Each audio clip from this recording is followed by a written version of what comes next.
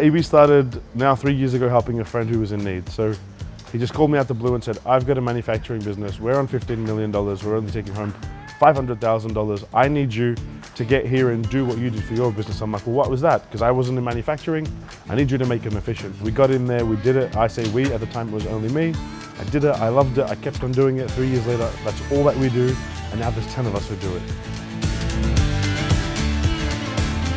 My first client was somebody that I knew who wanted me to help the business be more efficient. They'd seen me do it before. And it was a manufacturer located in Melbourne who was turning over big bucks and struggling to make a profit. I got in there and after 3 months we changed that on its head, and now I live to tell the tale and I travel the world doing that for others just like me. I live at Elysium Hill, which is 100 acres of awesomeness in Upper Plenty, which is an hour north of the city in Melbourne. The farm's cool because it lets me run away from the world when it gets too loud. By accident, like anything good in life. How else would you do it? I was curious. At the time I was living upstairs in Epping. I was living in 100 square meters and I was sleeping on the floor. I didn't have a bed. I was living in a showroom where I used to work. And so on Sunday, I used to go for country drives, which was 20 minutes up the road. And one day out of curiosity, I just saw a farm and picked up the phone, called the agent. And one day it just happened. Wasn't planned to be that way. And then out of 10? Out of 10. How tired? Oh, wow. 23. Emma, 1 dog, 3 black cats, 6 donkeys, that's 10, and a horse, 11. And only a few months ago we had 176 because we had 100 odd sheep and whatever the gap would be in cows.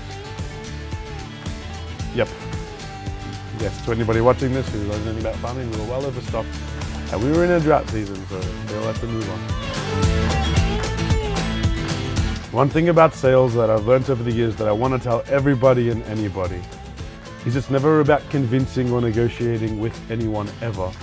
It's about finding a solution that actually works for them and not selling them something or trying to convince them to buy something that isn't suitable. You really need to discover, I think that's a great word, and dive deep into what the client actually wants and needs. Really, it's not even wants, it's needs. And say to yourself, is what I'm offering, is what we're presenting, is this solution gonna help them and help their business? Sometimes people will want something and then not need it, and therefore they get cold feet, which is a horrible situation to be in.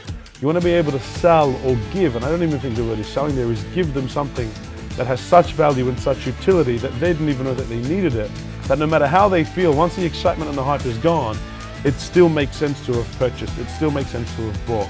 Find a fit for the client and make sure what you give them isn't sold on hype and excitement, but sold on deliverable and outcome. If you've never met the character of John Pierre before, I don't want to say you're missing out, but you're missing out on a bundle of energy and joy in the most bizarre way, the most beautiful way possible. What are you missing out on? You're missing out on somebody who's hit rock bottom and come back and is truly living life and not just a life, and appreciates every little thing under God's good grace. As always, until next time, think your hardest, work your best, and know God will take care of the rest.